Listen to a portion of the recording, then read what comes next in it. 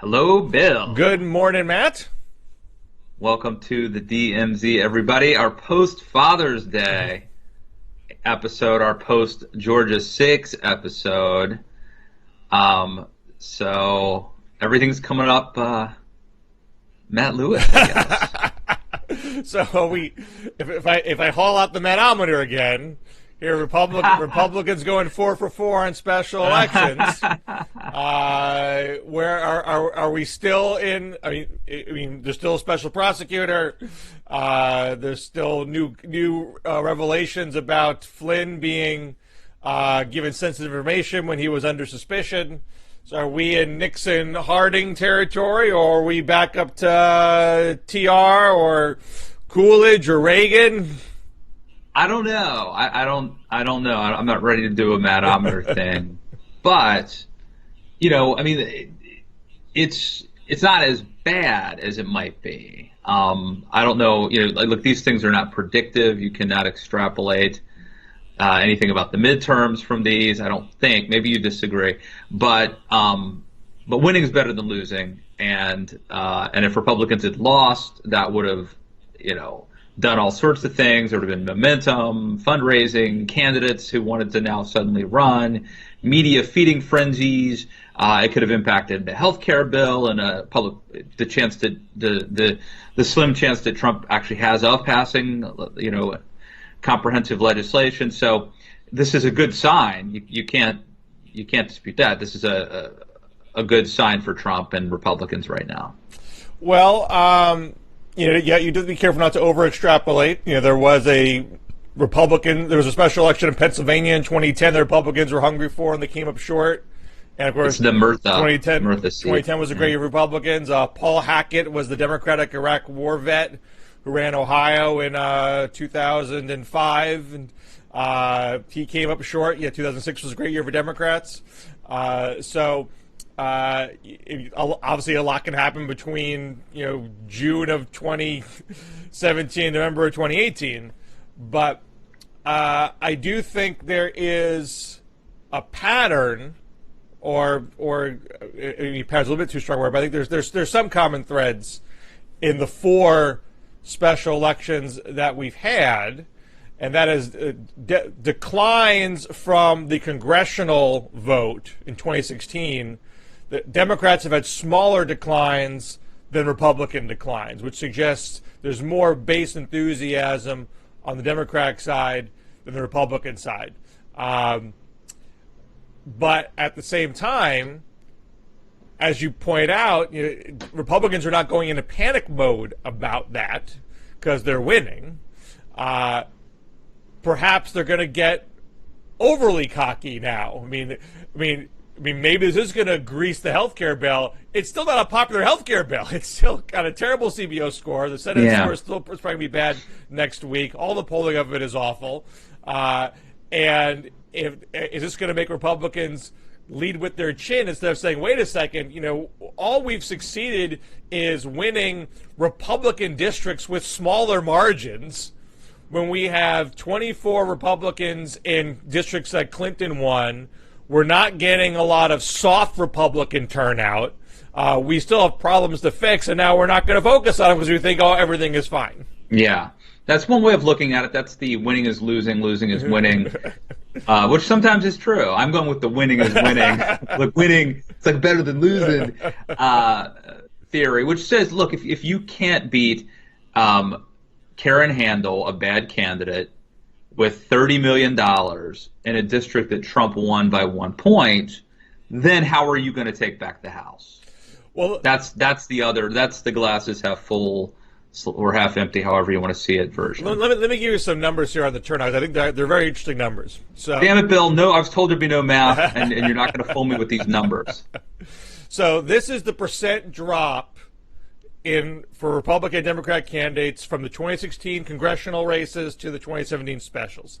So Kansas 4, the Republican drop was 62%, and the Democratic drop was 32%.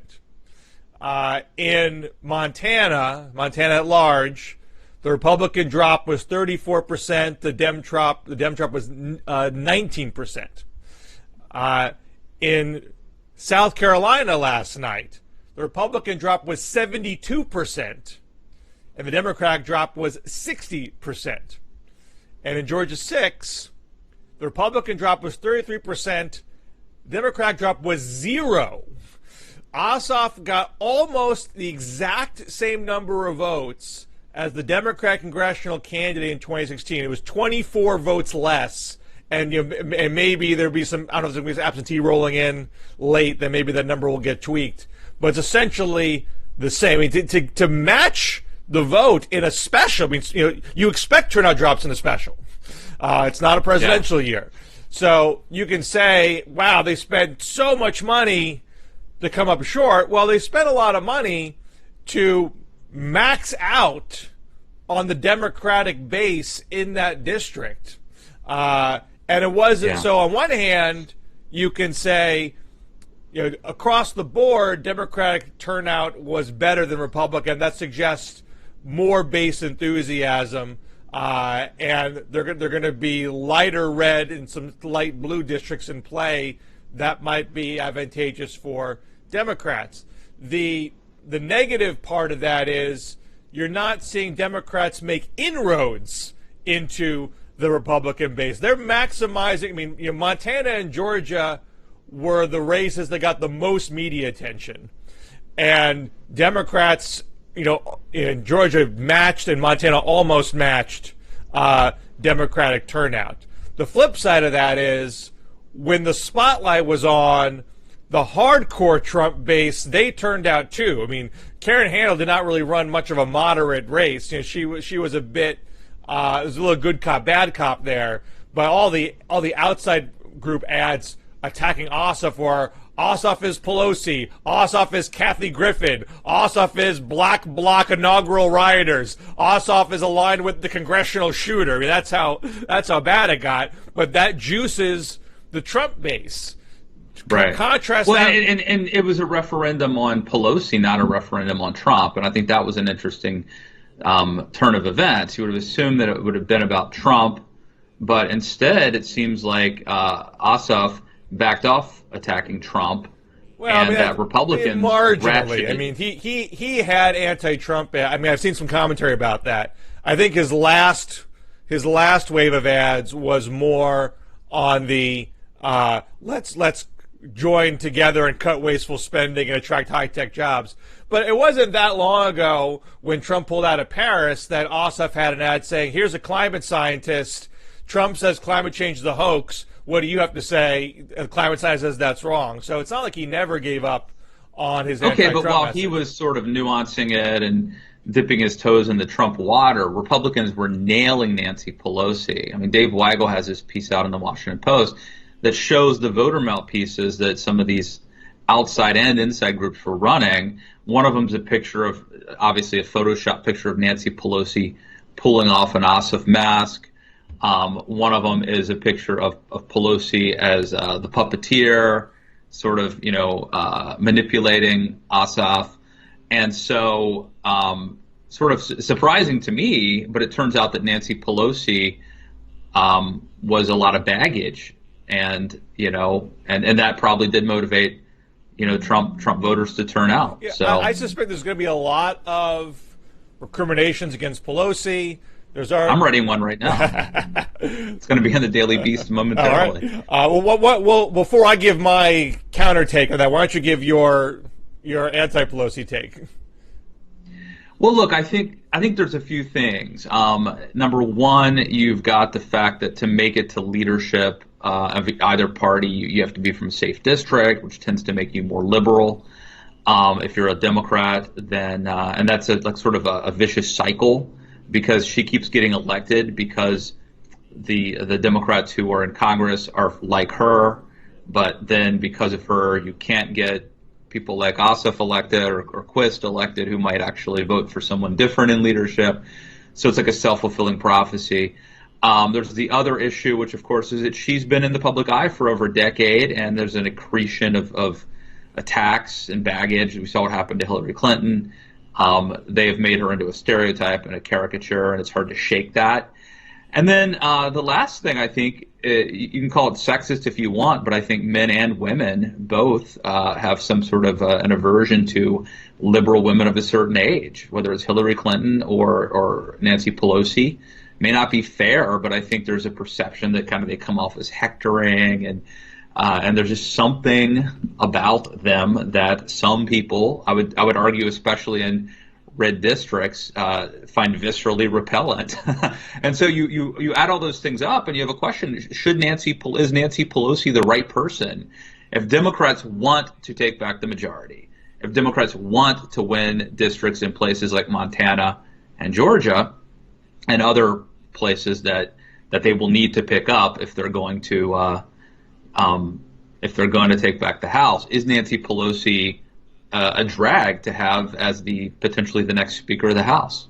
I agree that that question is going to be hotly debated. There's definitely a degree of restlessness, I think, among younger Democrats in the House. She's been in power for a long time. There hasn't been a lot of grooming of heir apparents. I don't think swapping for Steny Hoyer is going to light people on fire. But I do think that and I agree with you about. You're not calling it sexist. I would call it sexist. I think there is a level of misogyny here. I don't know. I'm actually interested in. I don't want to say it's not sexist, right. But I'm interested. I think it's an interesting debate, because I do think that men and women. I don't think this is just men saying she's just like my mother-in-law. I'm not. I think that there are women who also have this bias. There are some focus groups that show that there are women voters who said they didn't trust having Hillary Clinton as president because she was a woman. There, you can be self-loathing. You can have internalized sexism, I believe is the phrase. So I don't want to discount that, but I think we should keep in mind that whoever is in that position is going to suffer a right-wing caricature job. Tom Daschle was ground down in much the same way when he was Senate Majority Leader. Harry Reid, Tom Daschle, mild-mannered South Dakotan. Harry Reid, Nevada Mormon. All these guys end up caricatured as being liberal boogeymen. If it's not Pelosi, Chuck Schumer's going to. They also play. They also play to type, though. It's not unearned. Well, if you are the party leader, you have to lead your party. The idea of making Daschle or Reid the Senate leader at the time was, hey, let's get someone who's not in a blue state, and we'll show that we can reach out to the other side. But you have to keep your troops in line. To some degree, you can't run as a blue dog, as a Republican light, when you're the party leader. So whoever's in that position is going to get hit like that. Pelosi being the target here, I think, is less about her personally than just the Republicans pushing that partisan tribal loyalty button when it comes down to it. So they're nationalizing these races. And look, Ossoff had plenty of anti-Trump ads. I know he backed off at the end, but clearly there was a lot of anti-Trump sentiment amongst the Democrats in that district that made the race competitive, and that's going to be the case. It is a Republican district. It did what it was supposed to do. It's a Republican district. It's supposed to go Republican, and so we want to make too much out of it. I will say this though. One of the other, we talked about the demotivational impact that this has, in the sense that if Democrats had won, it might have inspired candidates to run. It might have inspired donors to get excited. It might have inspired grassroots activists to grassroots activate. But the other thing that this race does is it postpones Democrats settling on a narrative. In other words, if Quist had won in Montana, the narrative might have been, okay, we have to be Bernie Sanders. Like, we have to be these prairie populists or whatever. That's the model. Or if, how quickly we forget, Ossoff had won in Georgia, it would have been like, no, we need sort of a cool, young Obama, Macron, sort of thing where we can win these changing districts that are becoming more cosmopolitan, and we need like a tech-savvy young people. Democrats still don't know what the template is. Well, you're seeing on the popular side, everyone was dumping all over Ossoff last night.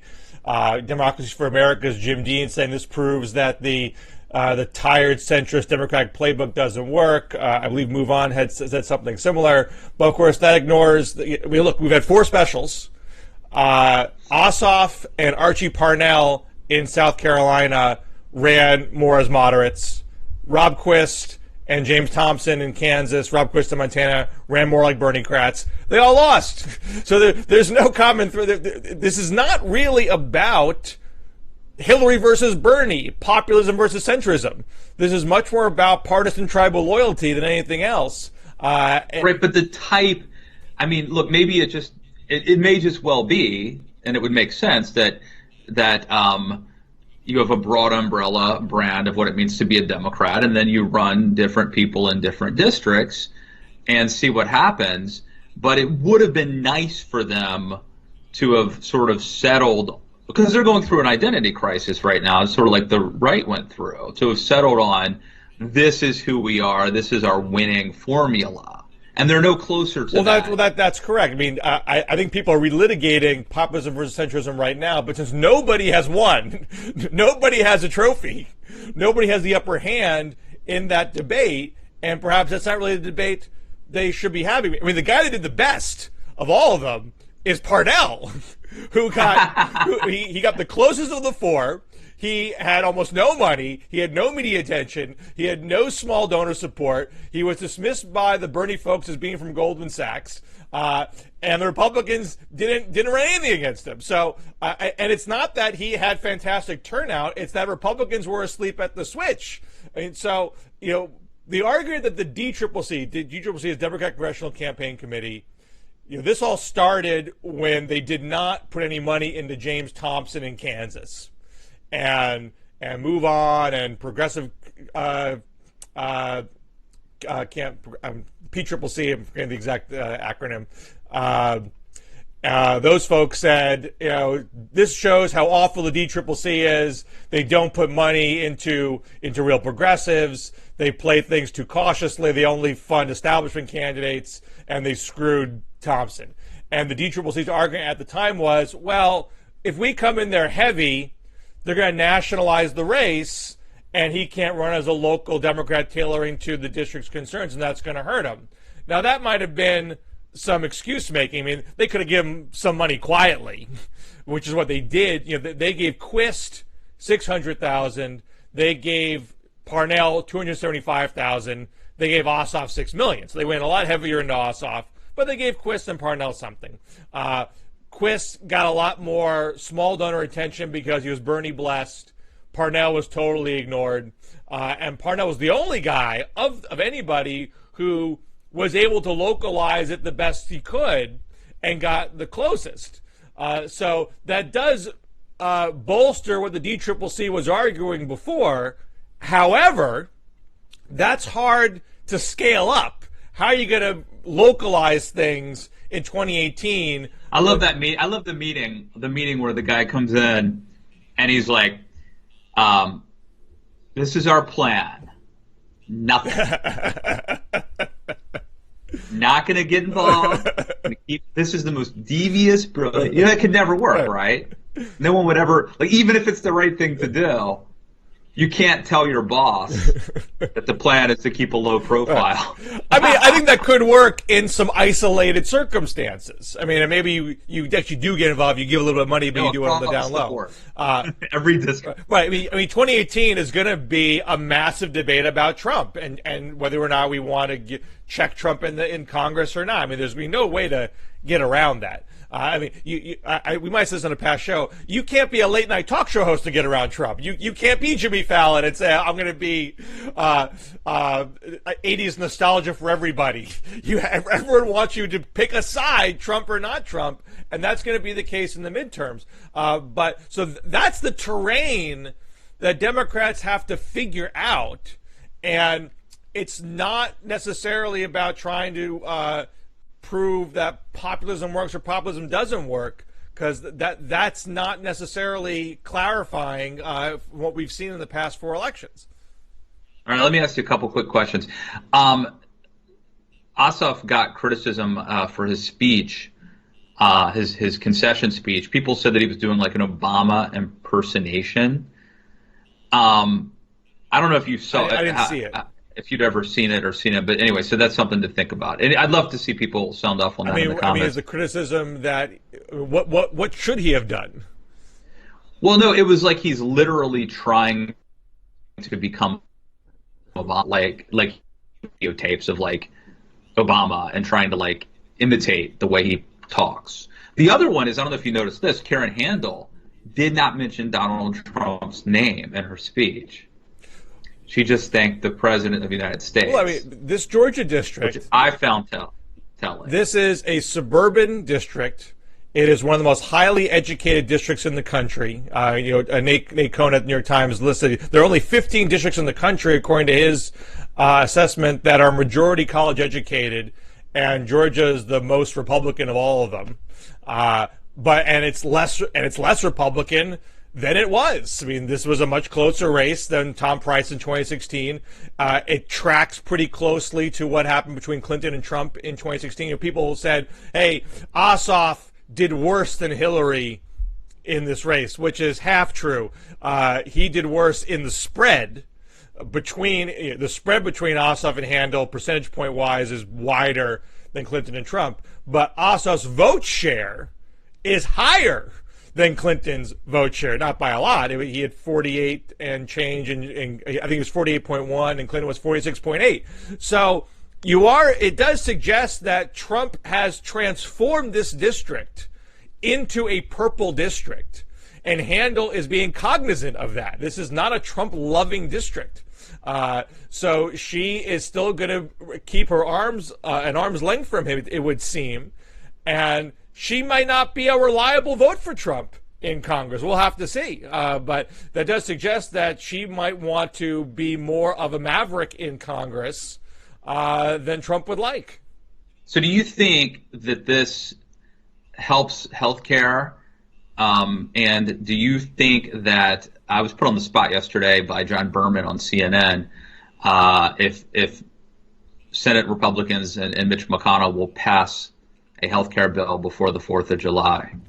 Well, does this help that? Well, I hesitate because I feel like rational analysis doesn't apply to Congress. I remember when Dave Bratt beat Eric Cantor, and everyone assumed that meant passing immigration reform was political suicide. And no matter how much you said, look, this district actually doesn't, the polls say they don't actually want, they don't actually have an anti-immigrant stance. The turnout was pathetically low. Eric Cantor wasn't even supporting immigration reform. There are all sorts of reasons why that didn't really have anything to do with the issue. And everyone's visceral reaction was, back off. Don't right. Anger the base. So why should a close race in a previously safe Republican district suggest to you, bless you, bless me, why should a close race in a previously safe Republican district suggest to you that you should pass a uniformly unpopular bill that does terrible in every single poll that we've seen? We don't know what's in that bill. Well, let's be honest. Nobody, even Mike Lee hasn't seen this bill. If the bill comes out and the CBO score says this is going to save money and give health insurance to everybody, then what I'm saying is inoperative. But very likely, it's still going to take away insurance from people. And maybe it's not going to be 23 million, maybe it's going to be 10 million, but it's still not going. It's not going to add insurance ammo to the insurance rolls, because that's not the point of the bill. So why should this make anybody more eager to pass it? I don't get that, but that may be how the groupthink within Congress is going to interpret this. All right, you mentioned polls. So last week we talked about the polls were wrong in Virginia. Corey Stewart, the Republican, did much better, and he's sort of the Donald Trump candidate. So there's a hidden Trump vote out there. He nearly beat Ed Gillespie in the Republican primary in Virginia for governor. And on the Democratic side, it wasn't as close as the polling indicated. Now, correct me if I'm wrong, the election in Georgia was missed. It should have been closer, according to polls. In fact, I think Ossoff was up, at least until the last week or so in polls. And in South Carolina, we missed the polling there. The pollsters missed. Well, there wasn't much polling at all. Probably not. But let's just revisit the question: is there a polling problem? Well, I don't think so. I mean, the polls in Georgia tightened up considerably in the last week. They're basically dead heat polls. Whereas I think there are a couple that had Ossoff with a decent lead 2 weeks ago. So you saw, but he lost by 5. He lost by 5. I think it landed at 3. Generally speaking, about the polls, no trick question. So you do not believe that this is evidence of bad polling. You just think that things change, things tighten, and it's about turnout. Well, if you're seeing an upward trajectory in the last week, what that suggests is either Trump voters are hard to poll, and so there's a bit of a sleeper Trump vote out there. That was evident in 2016 and evident in. No, but if that's true, that's a big deal. That's a big deal, and that should not be dismissed, because that means that we should add, when we're polling for 2020 or 2018 for that matter, maybe we need to say if the Republican's down by 2 points, he's going to win. Maybe. I mean, that's what's one theory. The other is just that people lock into races late in the game, so a lot of undecided vote that's on the sidelines 2 weeks prior, jumps in late, or maybe, you have cranky Trump voters out there. They just don't want to say they're for the party's person until they absolutely have to. That could be. So there's a lot of ways to look at it. I don't think it's fair to say. I mean, polling by definition is a snapshot. So if you're not absolutely on the nose 2 days prior, that means your poll is bad. There's some reaction to polling that you have to take into account. So it's not. That would be the what's the name of that effect? It's the name that Walter White went by on Breaking Bad. I don't know. Anyway, there's a name for that, right? So in observing something, you actually change it. But I mean, if you got dead heat polling and you win by 3, I think it ended up being 3 and not 5 at the end of the day. It was 5 for at one point. That's within margin of error. That can easily be explained by last minute minor shifts. That doesn't say to me that polling is broken. You're such an apologist for the big polling. And you're an institutionalist. You're such a conservative. I have a friend where I live who is a pollster, and he has said to me, it is getting much, much harder to do phone-based polling. The response rates are so bad. It's so costly. I mean, that's the big problem, is that you have to call so much more to get the samples that you need. That it becomes cost prohibitive for a lot of people, and therefore there has to be a shift towards online polling. But that is a brand new field, and a lot more experimentation needs to be done to know how to do that accurately. So I do think there are issues in the polling industry, but it's not so. And it makes sense that when everyone had a landline and people answered the phones, that you would get better results than when a lot of people are hiding from pollsters and you just can't reach them. Right. So there's definitely polling issues out there, but I don't think it's oversimplified to say pollsters get nothing right, don't trust what they have to say, because the results that we're seeing by and large are pretty good. You just shouldn't take a poll and say this is the absolute gospel truth and is immovable on election day, because that's not what that's unfair to expect pollsters to be able to do that. Yeah, well, we do that though. We all do that, and I think TV does that. The punditry, the commentary does that, and maybe that's the problem. But we do that. But, I mean, the poll said this was a close race, which it was. So, I mean, there's some people saying, why did the DCCC put so much money into Ossoff and less in these other races? Well, the race looked closer. So you spend money on a race that you have a shot of winning. And it's not like this was wildly off the mark. There was a shot here. There was less of a shot in Montana and Kansas, so they got less money. And they also were smaller states that were as expensive to run in. So it's not like polling was delusional. I just think that there, I mean, yeah, but I also think there's an impact. This feeds into the fake news phenomenon, and where people believe something's going to happen because these so-called experts and elites tell them, and then it happens differently. And then it becomes a pox on all your houses. You people don't know anything. You don't know any more than anybody else. That Trump is actually a genius. He has this all figured out. You guys don't know anything. No, I agree. And it's hard to argue when. No, I mean, it feeds that narrative. I think it's a factually inaccurate narrative, but I agree with you that there's that sort of lack of trust in institutions. That any time that someone in the media doesn't get something absolutely perfectly clairvoyantly right, this is evidence that they don't know what they're talking about, which is an unfair extrapolation. People are going to do it. I want to have one other subject before we go, because you wrote a piece about anti-anti-Trumpism and zeroing in on the online site The Federalist. I wrote a piece for Real Clear Politics on Monday, arguing that if Trump fired special counsel Bob Mueller, that wouldn't necessarily backfire on him, precisely because you have this diehard Trump faction in the party.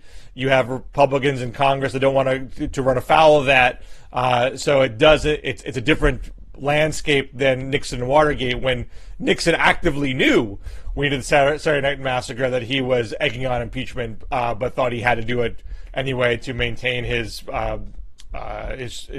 strength when dealing with the Soviets and other countries.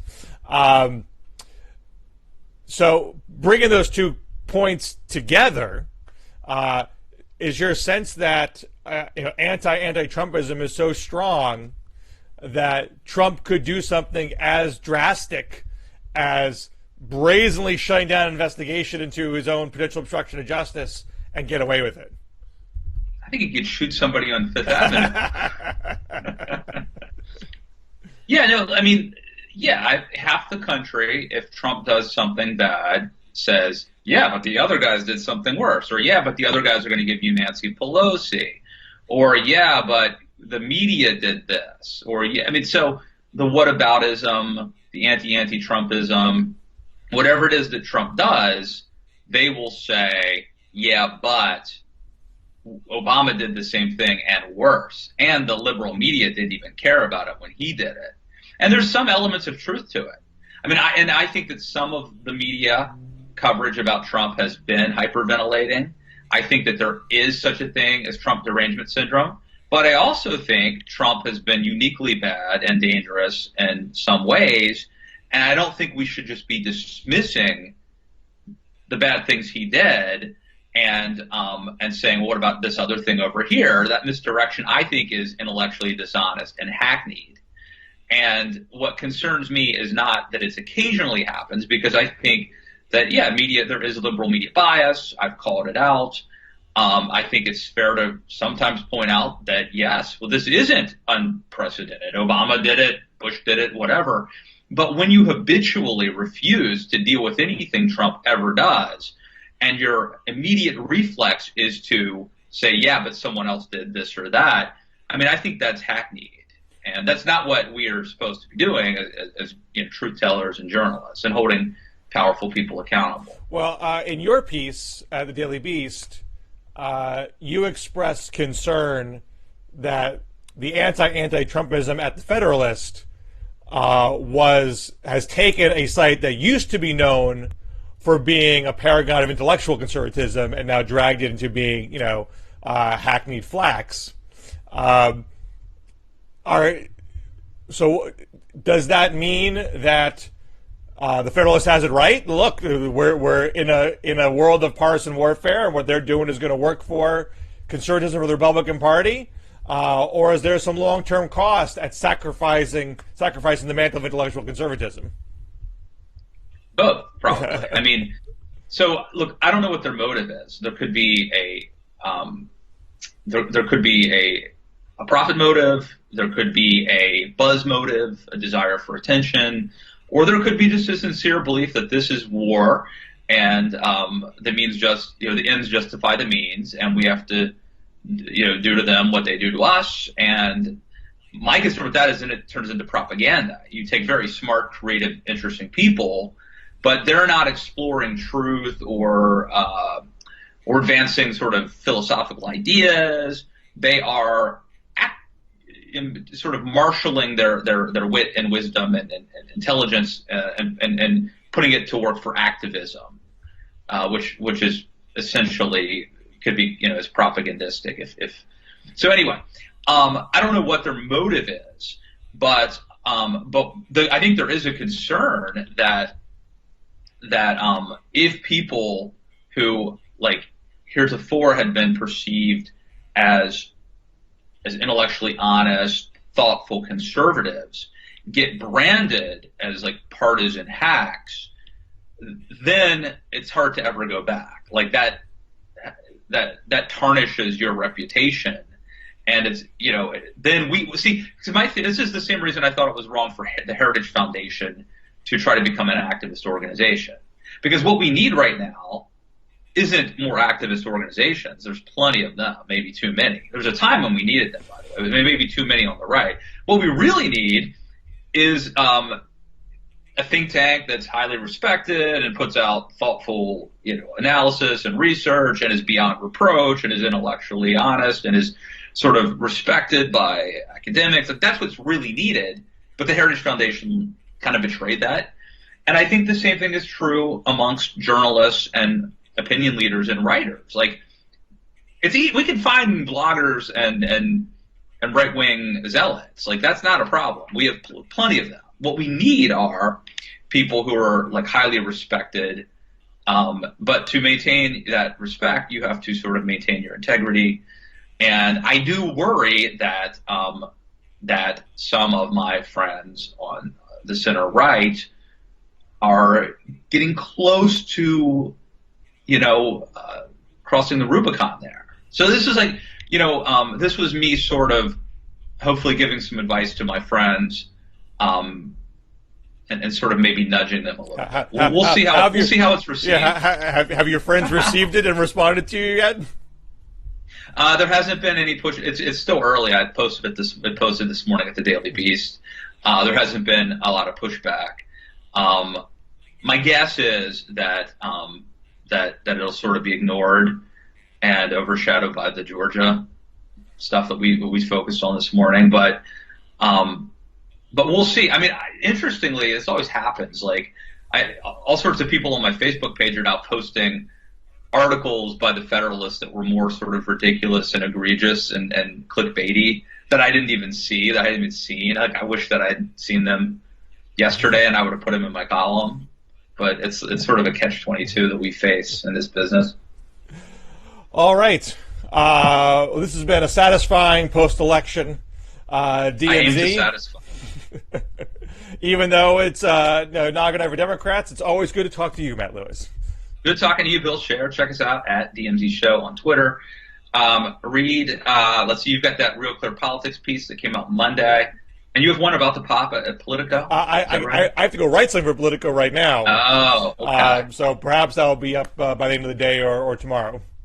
So check out my stuff at the Daily Beast about the Federalist and anti-Trumpism, and also I have one about to pop on Nancy Pelosi. So check that out, and we'll see you back here next week in the DMZ. Take care. Thanks.